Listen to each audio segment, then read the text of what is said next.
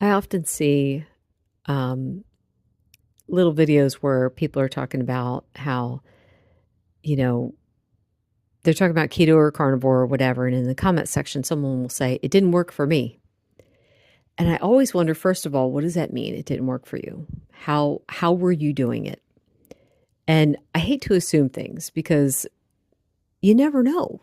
They may have been doing everything that they thought was right and they still didn't get any kind of results. Granted, the kind of results that they're looking for varies from person to person, right? There are some people who do it for weight loss, and there's other people who do it for healing, et cetera, et cetera. But what really gets me is the people who respond to people like that, well, you weren't doing it right. How do you know? How do you know they weren't doing it right? Without a look into the person's life, you have no idea. To me, the first question would be, what were you eating? Let's talk about that first. Can you give me a rundown of everything you ate in a day? Give me like 3 days, 3 days worth of food.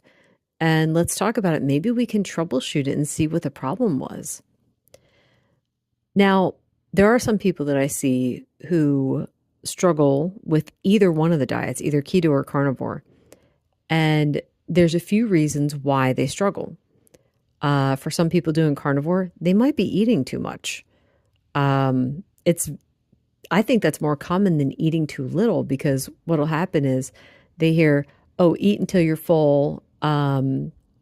Just stop when you get to that point. A lot of people don't know when they're full. They'll just eat and eat and eat, and I think there's a good possibility that they might be eating too much.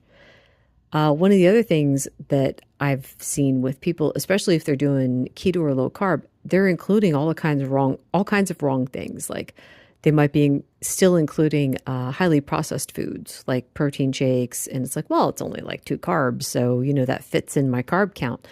Or they might be including keto bread products or something like that, and they'll see other people doing it, and those people are losing weight, but they aren't. And it's like, well, your system might be more sensitive to it and it's holding you back. Maybe you're having some kind of reaction to the ingredients in that or whatever.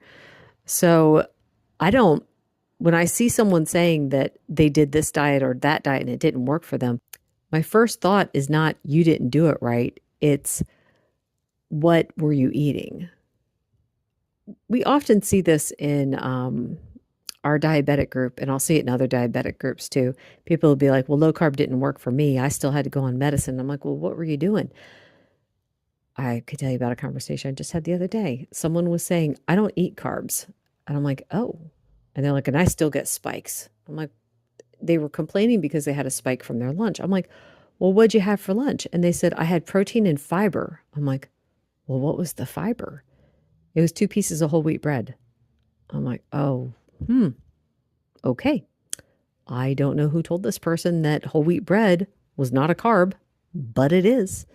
So anyway, I think one of the issues is that there's a lot of misunderstanding about what it means to do these diets because not everyone does the research.